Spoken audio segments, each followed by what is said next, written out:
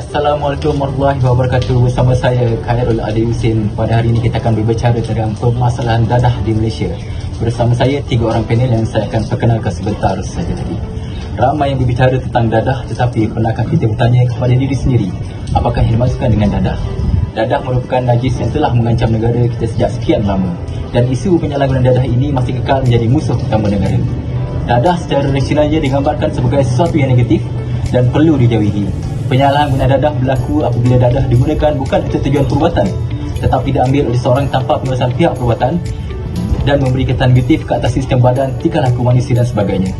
Keburukan yang diterima oleh pengambil dadah adalah lebih banyak berbanding kebaikan dan manfaatnya yang boleh didapati.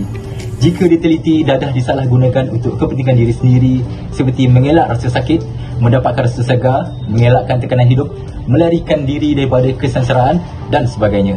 Masalah penyalahgunaan dadah sebenarnya adalah masalah sejagat, dan sebagai sebuah rantau yang dikatakan banyak menerima perubahan serta pembangunan, rantau Asia Pasifik termasuk Malaysia telah mengalami pelbagai gejala sosial. Penyalahgunaan dadah terutamanya dalam kalangan remaja amat membimbangkan dan ia berkait rapat dengan bermacam permasalahan sosial dan penyakit. Perkara inilah yang banyak menggugat dan memudaratkan keadaan sebuah negara sama ada dalam bidang ekonomi, sosial budaya, politik maupun keselamatan. Dengan lain perkataan, kemajuan serta pembangunan yang kita capai dan kecapi selama ini tidak akan berkekalan sekiranya masalah dadah tidak dapat diatasi oleh negara. Okey, baik Puan Rohan, boleh tak kongsi sedikit kepada kami apa itu dadah jenis sintetik? Hai, Assalamualaikum. Okey, dadah sintetik. Jika dahulu besar penyalahgunaan dadah tradisional seperti ganja dan heroin mengakibatkan masalah ketagihan, tidak produktif, serius dan berpenyakit. Namun, tren terkini tidak seumpama itu. Kesannya lebih dahsyat daripada apa yang difikirkan. Hanya dalam bentuk pil, pistol dan ekstasi, tetapi implikasinya bukan sekadar gila, malah boleh membawa kepada jenayah berat. Situasi ini benar-benar memberi tekanan kepada banyak pihak, baik pihak berkuasa dan masyarakat. Malah lebih bahaya kepada institusi keluarga jika ada ahlinya menyalahguna bahan terlarang tersebut. Buktinya, beberapa kes bunuh ke belakang ini cukup menyedihkan kerana mangsanya adalah ahli keluarga terdekat. Lebih malang lagi, kesan halusinasi itu menjerat penagih bertindak di luar kawasan sehingga berlaku pembunuhan kejam terhadap ibunya sendiri seperti yang dilaporkan berlaku beberapa bulan lalu. Belum dihitung tindakan memukul dan memeras ugut dek kerana tidak memberi wang untuk mendapatkan bahan tersebut. Situasi sedemikian berlaku ekoran dadah sintetik atau tiruan yang mengandungi 100% bahan kimia. Itu bukan saja mudah didapati di pasaran atau dibeli secara talian, malah ia dijual pada harga lebih murah dan boleh dihasilkan waemah di rumah sendiri. Ini merupakan cabaran besar buat kerajaan dan pihak berkuasa, khususnya PDRM dan AADK yang bertanggungjawab memerangi penyalahgunaan dadah sekaligus mencegah masyarakat terjebak dalam dunia penagihan dadah. Jika penularan penyalahgunaan dadah sintetik tidak segera dibendung, bimbang ia akan merosakkan keharmonian keluarga Malaysia.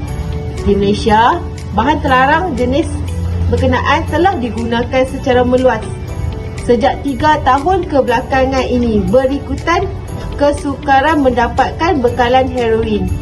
Dadah jenis perangsang terbabit terkenal dalam kalangan penagih baru yang menyifatkannya selamat tanpa sebarang ketagihan. Hakikatnya, tanpa disedari, dadah sintetik memberikan implikasi lebih teruk sehingga mengakibatkan kerosakan kekal pada otak yang menyumbang permasalahan mental dan penggunaan yang berlebihan boleh membawa maut. Walaupun AADK berkemampuan memulihkan penagih dadah sintetik ini, cabaran merawat pulih golongan ini lebih rumit dan tinggi kosnya, khususnya individu dalam kategori sebagai dual diagnosis. Okey, terima kasih Puan Rahan di atas penerangan panjang berkenaan tentang dadah jenis sintetik tadi. Seterusnya kita bersama panel kedua kita, Encik Muhammad Farid, untuk menerangkan apakah punca terjebaknya remaja dan belia sekarang terhadap permasalahan penyalahgunaan dadah di Malaysia. Dipersilakan Encik Farid. Terima kasih. Terima kasih kepada moderator petang ni, iaitu Encik Adli. Punca utama masalah penyalahgunaan dadah di kalangan remaja tidak melibatkan sebarang perancangan jahat musuh, tetapi masalah ini berpunca daripada pengaruh sosial dan beberapa faktor. Kegagalan atau kurang didikan kebanyakan remaja yang terlibat dengan dadah adalah disebabkan oleh kurangnya pendidikan agama. Hal ini berlaku kerana ibu bapa tidak memberi perhatian kepada anak mereka. Selaras dengan zaman teknologi, remaja sangat terdedah dengan gejala sosial yang boleh merosakkan akal fikiran mereka. Kurangnya pendidikan agama juga menyebabkan remaja sesuka hati melakukan perkara yang telah dilarang oleh agama. Hasil kajian Fakulti Perubatan Sains dan Kesihatan Universiti Putra Malaysia, Prof. Matia Dr. Lekra Ramal berkata sebanyak 14.6% daripada remaja yang berumur 15 hingga 19 tahun sudah mula berjinak-jinak dengan penyalahgunaan dadah. Kebanyakan remaja bercampur dengan orang yang lebih dewasa daripada umur mereka akan mudah dipengaruhi dengan pemikiran dan gaya hidup orang dewasa. Orang dewasa pula akan mengambil kesempatan dengan menggunakan mereka yang lebih muda.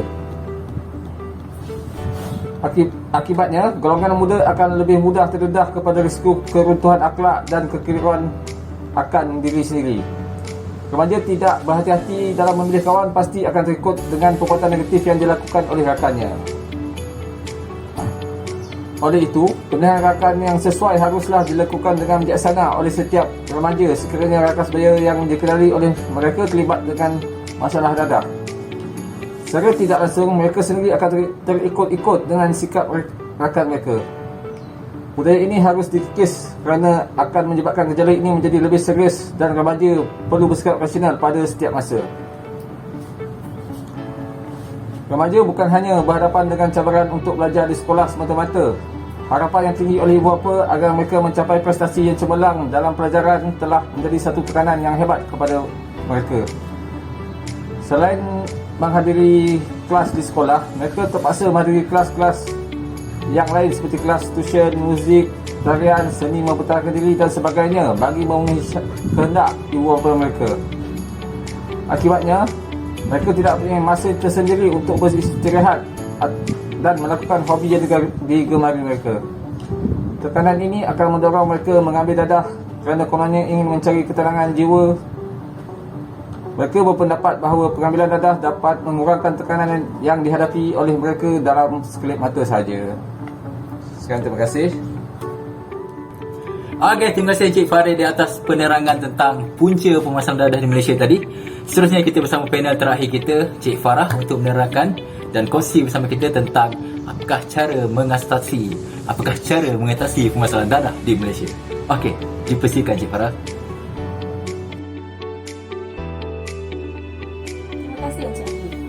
Sebagai langkah pencegahan yang boleh dilaksanakan untuk memerangi ancaman dadah.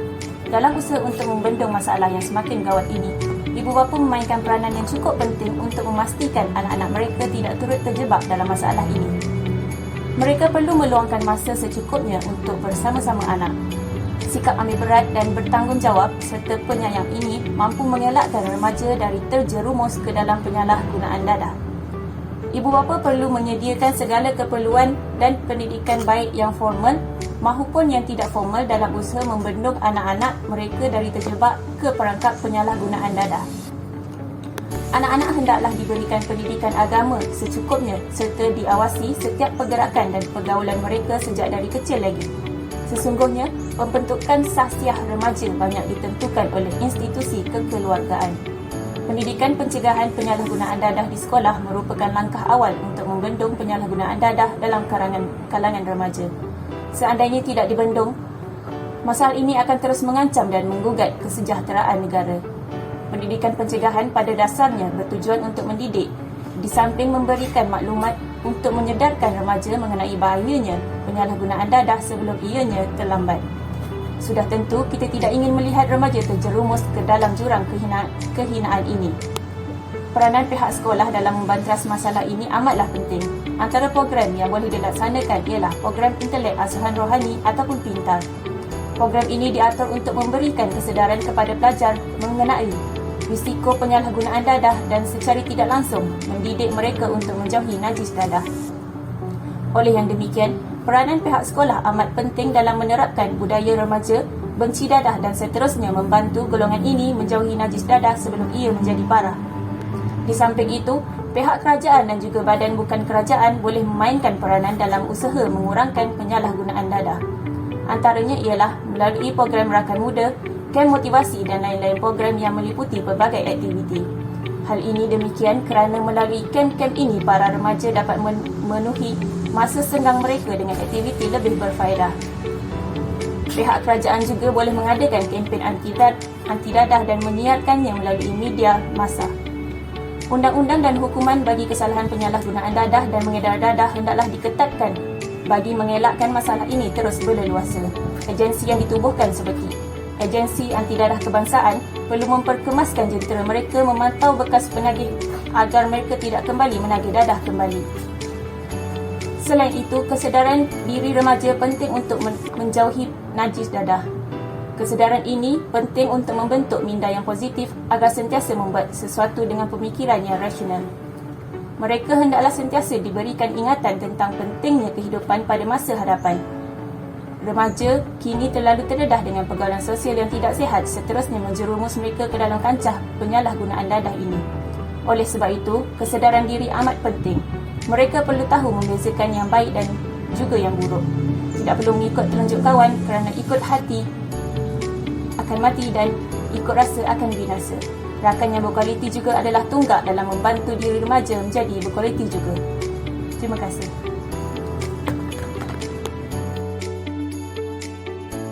Terima kasih Puan Farah. Konklusinya, semua pihak termasuk ibu bapa, guru, masyarakat maupun kerajaan perlu berganding bahu memerangi gejala penyalahgunaan dadah ini. Oleh itu, marilah kita bersama-sama berusaha memerangi dadah kerana dadah adalah musuh utama negara dan dadah boleh meruntuhkan keharmonian dan kesejahteraan negara. Sebagai pemuda harapan bangsa dan pemudi tiang negara, biarlah kita hidup bahagia tanpa dadah. Janganlah disebabkan nilai setitik rosak susu sebelangam. Kerana negara kita adalah contoh dalam kalangan negara Islam. Kita tidak mahu masalah penyalahgunaan dadah ini mencemarkan nama baik bangsa, amni dan negara khususnya. Itu saja, baik. Terima kasih. Assalamualaikum warahmatullahi wabarakatuh. Lebih baik juga.